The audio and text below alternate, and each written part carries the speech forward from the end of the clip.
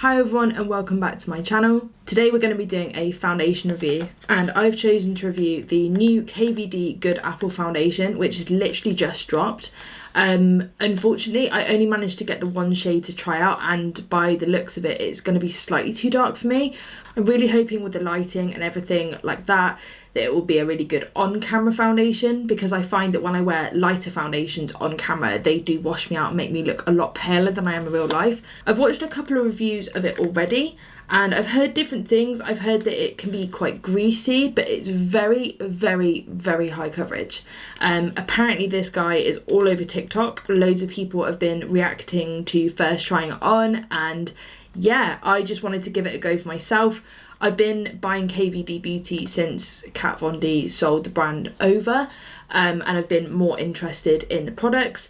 But today the review is going to be all about the product and not the people behind it or used to be behind it. So yeah, I'm going to get into it. To be completely fair to the product, I'm going to do my foundation pretty much as I would normally do it. I always use the Milk Cosmetics. This is the Hydro Grip Primer. I have tried other primers, but this honestly is the only one that really seems to work for me and that I really like. When I do my foundation, I always do my concealer first, so I'm going to be doing that exactly the same. And I thought we would do the usual wear test, where I will check in with you every few hours just to let you know what the foundation's looking like. I've also decided that I'm going to do half my face with a flat top foundation brush and the other half of my face using a beauty sponge, just to show you what the different finishes are like when it goes on. So this foundation is infused with apple extract to help nourish skin. Recycle your compact and visit KVD Vegan Beauty to learn how. I like the fact that you can recycle the actual component, which we'll have a look in a minute. And yeah, we will just see. Infused with apple extract, that's interesting. I've never really heard about apple being used much in skincare or makeup, so I might just be a bit naive. Let's open her up. So I've got the shade medium 30, that's it there. And this is what the component looks like. I love the design. I love the fact that it's completely like clear acrylic perspex. And already that's looking like it's going to be a bit dark for me. But do you know what? It's not about the shade. Would I have got the right shade for me and my skin tone? Yes. Did it sell out like absolute crazy the second it hit the shelves? Yes. Hopefully when these restock I can get myself a more accurate shade for wearing out in daytime, but hopefully for the purposes of no, that's really dark. Oh well. I'm just priming my face now using the Hydro Grip Primer, and this is going to be my first time reviewing or even trying out, to be honest, a Kat Von D foundation. I did order the Lock-It foundation, which I'm going to be reviewing on this channel as well. I think I've got about 5 foundation reviews coming your way, which should be really good. I realised that one of my favourite things to do as an oily skinned glasses wearing chick is I love putting foundations to the test. I don't know why, it's a bit of an obsession. Like, you'd think I'd be really interested in eyeshadows and formulas, which I am, but there's just something about trying out a new foundation, particularly if it's been really hyped and I just want to get my hands on it and see exactly what it's like. Just concealing my under eyes and a couple of blemishes on my skin. I am going to be trying out the coverage of the foundation, so I'm going to leave a few bits of my face kind of free without any concealer on, so that a couple of blemishes, on my face free without the concealer on, so that you can really see what the coverage is actually like. But I think it's only fair, if I'm going to try out a foundation, to try it out exactly as I would wear it in real life and the kind of steps that I would take before putting it on. Otherwise I don't really feel like it's a fair review. The foundation is priced at £29. I'm not too sure what it is in dollars, but we'll put it up here for you. For a price for a foundation, it's not the most expensive I've bought. However, it's certainly not on the cheap side, so I'm hoping to get really good results from it, as you would hope with a foundation at that price. On first impressions, looking at it, it does look like a very small amount of foundation in this compact, but if it's as high coverage as it claims to be and people have said it is, then I can see this potentially lasting quite a long time, but we're going to try it anyway. I noticed as well that when I open this up, look how shiny the surface of that foundation is. It's insane. I'm going to do the first half of my face using a flat foundation brush. This is the Sample Beauty Pitch Artistry brush here.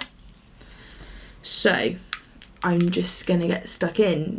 This isn't going to be my colour, just saying.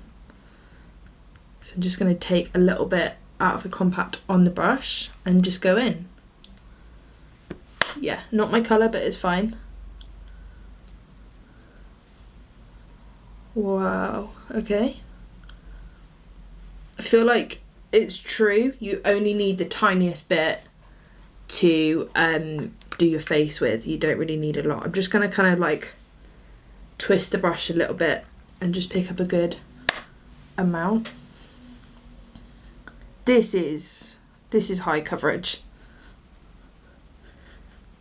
If you've ever watched any reviews on the Dermacol foundation, I mean, if I've said the word Dermacol and you know what I'm on about, you know what I'm on about. That shit was seriously high coverage. But I would probably say that if you've seen those videos of people reviewing it, this is probably on par with coverage. I don't know if I would wear this in the daytime, because I personally like a lighter looking finish. And I do think that if you use this with a little bit of a lighter hand, you could potentially make it look more wearable. Like it's described as a foundation balm at the end of the day. So you probably could, if you tried, get this looking a little bit lighter and a little bit more skin-like. But to be fair, it doesn't feel particularly on the heavy side. I would just say it looks like I have quite a lot on. It blends out quite nicely with the flat foundation brush as well. It makes it pretty quick and easy to apply. Just gonna have a look in the mirror up close. Yeah, the brush is applying nicely. It's not leaving behind any kind of like marks or... Girl, look how orange you look, girl. Like any stippling marks or anything weird. I'm just gonna do half my nose because like I said, I'm gonna do this half of my face using the brush. I'm not going over the eyelids because I don't put foundation on my eyelids anyway. Just going to try and blend it a little bit into my ears. Just so it kind of looks like my shade, even though we know it's definitely not.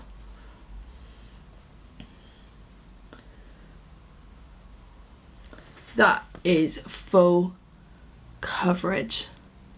I kind of love the finish that it gives off. Like it's not completely matte and it's not dewy. It's kind of like I'd say slightly on the dewier side of a satin finish, but I mean powdered down this could look really beautiful. Going in on the other side with a dampened beauty sponge, and we're going to see what that finish is like. Oh wow, okay. Very, very full. I mean, I don't even know for this part of my face here, I don't even think I'm going to have to dip the sponge back in. And it's like I said, it's a very small component and it's not a cheap foundation. But if you really wanted to cover up, you know, scarring or acne or blemishes or anything like that, this foundation will do it for you. And I don't know, I like it. You'd get, what I'm saying is you'd get a lot out of this compact from one tiny little dip. So yes, it does cost a fair amount of money, but it goes a long way, a long way. True test of foundation is what it looks like over my nose. So I'm going to zoom you in. This is what the foundation looks like on my nose. This is the brush side. And this is the sponge side. So a foundation to be able to sit on my nose as well as this one is I like that a lot. Obviously I am wearing a primer underneath and that does massively help with my with the foundation kind of sticking in the right places. I know it sounds gross, but that's how it works. So it's nice that it's gone pretty much over my nose pretty effortlessly. I'm happy with that. So far my impressions of this are it is definitely high coverage. I'm not even sure what it's advertised to be, like in terms of the coverage and the finish. But when you hear the word skin perfecting balm, you don't think like this, like Kryolan TV paint stick, Dermacol type situation. When I hear the word balm, I think like lightweight and sheer. So I can see why a lot of people were very surprised when they tried this out and very shocked. It's in my hair, which is gross. The colour doesn't look too bad on me. Well, I don't know. You let me know. the colour on camera looks okay. Obviously I haven't, like I said, I don't put foundation over my eyes, but with the lighting and everything it looks all right, so it allows you to kind of get a good look at the finish without being too distracted by the shade of it. But it looks good. I had a ton of blemishes down here this morning and I can't really see any of them. I know I did concealer a few, but the redness is pretty much gone, and the redness around the sides of my nose, the darkness under my eyes. I have got concealer on, but I feel like if you could use this as a concealer and it would cover it without a doubt. I'm going to powder my face, and I am using the Nyx Hd Finishing Powder on a large Beauty Bay brush. I am going to powder it down because, like I said at the start, I am oily skinned, so I do need a pressed powder to get me through the day. And I feel it's only fair that if I was going to powder this anyway, it's only fair to powder it down for the review. And obviously when I do my check-ins, I'll let you guys know if I've had to reapply powder and what it looks like. And yeah, we'll go from there. I've done my brows and the rest of my face like I normally would do after foundation. So I've got a bit of cream contour on, a bit of blush and a little bit of highlight. My thoughts so far of the foundation are pretty positive. I would say for what you pay and the amount of payoff from a tiny little dip into this compact is phenomenal. I'd be interested to try and use it to create kind of like a light coverage look and see if that's something possible. And in terms of buildability, I do struggle with the texture of my nose a little bit. So I noticed that once I powdered it, it needed going over again, which I was able to do with the sponge quite easily. So far, so good. I'm pretty impressed. I'm going to see how it wears throughout the rest of the day now. I will check back in with you guys and let you know how it's all sitting. I do have a couple of drier patches of skin down here and a little bit here. It is clinging to those a little bit.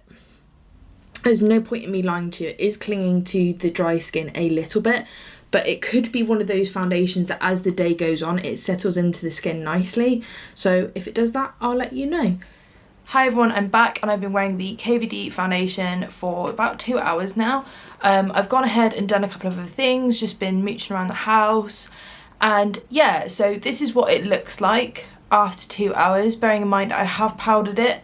It is, I will say straight off the bat, if you're like me and you're an oily skinned person, I really don't know if this is the foundation for you because it is looking kind of greasy looking. I mean, it looks kind of glowy on camera. It looks nice. Like if you're dry skinned or, you know, normal to dry skin, this would probably be a bit better for you. But straight off the bat, like I just feel, and I've just literally taken my fingers down here and I feel like it's just removing the foundation straight off. So in terms of long lasting and long wearing, I'm not really sure if it's the one.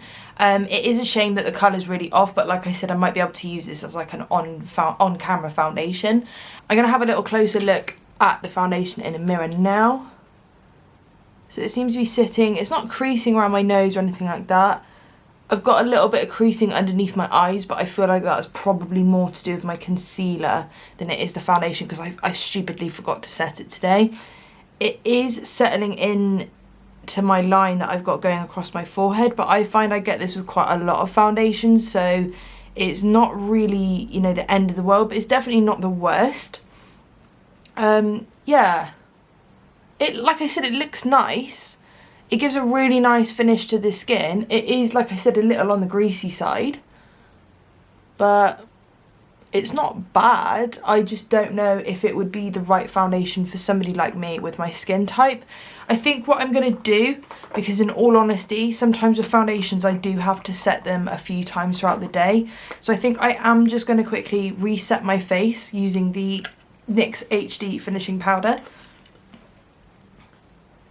Because I am, like I said, I'm used to having to touch up my makeup once or twice a day with pretty much any foundations I wear, whether they're longer lasting or, you know, whatever finish they are. I tend to have to powder them and kind of take a little bit of that oiliness away.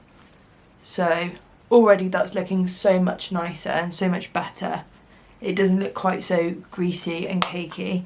I'm going to zoom you in as well so you can have a proper look at it up close with the powder on and everything like that, and just see how the wearability's been on the foundation. So I've got you zoomed in close now so you can have a little look at what it looks like on my skin. I have a bit missing on my nose here. I realised this. I'm not too sure if I've gone and rubbed my nose and taken the foundation off. So I'll give that a bit of a blend back in. This is what it looks like. It does, I feel like personally, even with the decent primer, it has just kind of sat on my skin and not become one with my skin, which is what I prefer, is for it almost to be undetectable the more this foundation settles into the skin, which is why I prefer skin tints and like tinted moisturisers and things like that, but they don't give me sometimes the fuller coverage that I'm looking for. And to be honest, I'm not reviewing this as a foundation that I necessarily want to make into my next holy grail. I'm just reviewing it as a foundation that you guys may want to know what it's like before you spend your money on it. Okay, I will come back in another few hours just to conclude and give you my final thoughts on what I think it's like and whether I think you should get it. Personally, so far, it's not holding up the greatest. I had a feeling that this might happen just based on a few things that other people said, but I wanted to go into it completely unbiased, no thoughts whatsoever, just give it a go for myself and see what I thought of the foundation. But it's, like I said, it's nice. I just think if you are like me and you're oily skinned, it's not very long lasting. I would be interested to see if this is longer lasting on a different skin type to myself, but I can't really try that. And yeah, I'll come back for my final check-in and conclude the video soon. Hi everyone, future editing Zoe here. When I watched my second check-in, I realised that I said that I had to really set my face because I'm a really oily skinned person. Now, while that is true, I noticed that the places that I was touching up and saying were greasy and adding the extra powder to were the places on my skin that typically don't really get oily. And my nose kind of didn't, I can always tell when it's oil versus the foundation getting stickier and greasier. And sometimes when I'm filming, I can see what my skin and my foundation looks like in the viewfinder here, but I can't always see everything in such detail. And it's not until I get to editing that I see it up close and I see more of the detail of what the product actually looks like on my skin. So when I reviewed the second check-in, which you would have just watched, rude. Oh, hi. You want to be part of this? Yeah? No? Okay. When I reviewed that bit of footage, I very much realised that this area here isn't where my skin tends to get oily at all. So I just thought I'd add this in as a little side note. I'm probably gonna go on and tell you and make excuses to say I'm really oily skinned and this is what it looks like. But in all honesty, my skin doesn't get oily here at all. So I would say, no, it wouldn't help if you're an oily skinned person trying to wear this foundation and make it work. But in all honesty, I think even a dry skinned person would put this on and it would be hella greasy. So just bear that in mind if you are going to buy this product. My best advice to you would be to set it with a non-coloured powder, such as the Nyx Hd Finishing Powder, which I'll link in the description down below on the video. But yeah, just a bit of reflection, looking back at the footage, 100%, like, even if you are oily skin and it looks like a mess on you, it's not necessarily you. It's the good puss. She's the bad puss. I'm back. And this is the final foundation check-in and conclusion. So I've been wearing the foundation for about 6 hours now. And yeah, it's after being powdered down with the HD pressed powder, the NYX one, it's definitely better. But I think if I was to wear this any longer, then honestly my face would just turn into a giant oil slick. To conclude, I pretty much feel that if you're dry to normal skinned, this foundation could be okay, but I still think even then it would need setting down. I like the fact that the formula is really easy to move around the skin and blend in, and I found that the side I used the sponge with was a lot more kind of flawless and skin-like, whereas this side is quite heavily caked on. So I do think it's a lot easier and a lot nicer to use like a beauty sponge like this one to kind of blend it all into the skin. I honestly feel if this dried down just a little bit a little more matte and a little less oily, it would be amazing. And like I said, I'm gutted that this isn't exactly my shade. I mean, it looks my shade on camera, but in real life I just look like cheese dust realness, and as much as I love Cheetos, I don't want to look like them. For the price and the amount, how far this product goes when you blend it out and put it onto the skin, it is pretty good. I would say this compact would easily last like a good couple of months. For £29, this is quite a lot of product considering how far it goes. I love the packaging, I love that it's recyclable, and if I get round to using the entire component's worth of foundation, never know, I might have a tan soon. I will definitely recycle this because I feel that with cosmetics there is a lot of plastic packaging that just gets wasted and ends up going in the bin, and recycling is important, so I will definitely be doing that, and I think it's a really cool feature that this can be recycled. But for me personally, I can't see myself wearing this unless 1, I get a tan, and 2, I really heavily set it down. And the times of the year where I do have a tan and my skin is slightly darker, then it tends to be quite hot and I'm quite sweaty, so this will definitely slide off my face. But it could be quite a nice summer evening foundation. Those are my thoughts on it. I don't think it's bad by any means, but I really don't think it's one of those products that no matter what your skin type is that you can wear, sadly. But I cannot argue with the coverage, and do you know what, if I ever get any of those days where my face really just needs that coverage, I will definitely be going towards this. I have a couple of negative points which I noticed throughout the day, and that was particularly here where I've been resting my head like that and watching TV, it's all come off. There is absolutely no foundation left here whatsoever, and I did use a very strong and gripping primer which tends to keep most of the foundations that I wear completely on my face and pretty much all day. It hasn't separated around my nose a lot, which I found that it did for when I tried the Smashbox foundation a couple of videos ago. That one just completely came off around here. And yeah, it's okay. I mean, it's not complete, it doesn't feel heavy, if that makes sense. Like, I do forget when I'm wearing that I'm wearing a really high coverage foundation. It doesn't feel thick and heavy, but it certainly looks greasy. And do you know what? If it wasn't greasy, it would be ideal. I would love to wear this, and I would probably buy it in a couple of shades just to make sure that I could actually get my skin tone. And if it wasn't for the fact it was greasy, I would probably wear this on a day-to-day basis. I'm going to zoom you in now so that you can get a proper look of what it looks like on my skin, and that will be it. Okay, so I've got you zoomed in. This is what it looks like close up. It's the side of my nose. That's what it looks like on my forehead. It has sat in here a little bit, but I mean, most foundations do. And this is where all the foundation came off when I was watching TV, and it was just resting on my clothes like that. But yeah, so this is what it looks like. My concealer did crease under my eyes. I used my usual Uoma Beauty Stay Woke concealer, but I forgot to set it, so unfortunately it did crease underneath my eyes, but that's not the foundation's fault by any means. And to be honest, for the amount that is settled into these lines in my forehead, it's really not bad. Like, really not bad. I've had some that are a lot worse. Thank you for watching this video if you've got this far. If this is your first time on my channel, my name's Zoe, and on Tuesdays I upload conspiracy theories. Wow, that's not true. I talk about conspiracy theories whilst doing my makeup, very much inspired by Robert Welsh and Baker-Sjogren, and on other days in between I just make pure makeup content. I like to do reviews, sometimes I'll do like a tutorial, and just, yeah, I just hang out and I put makeup on my face and it's all good.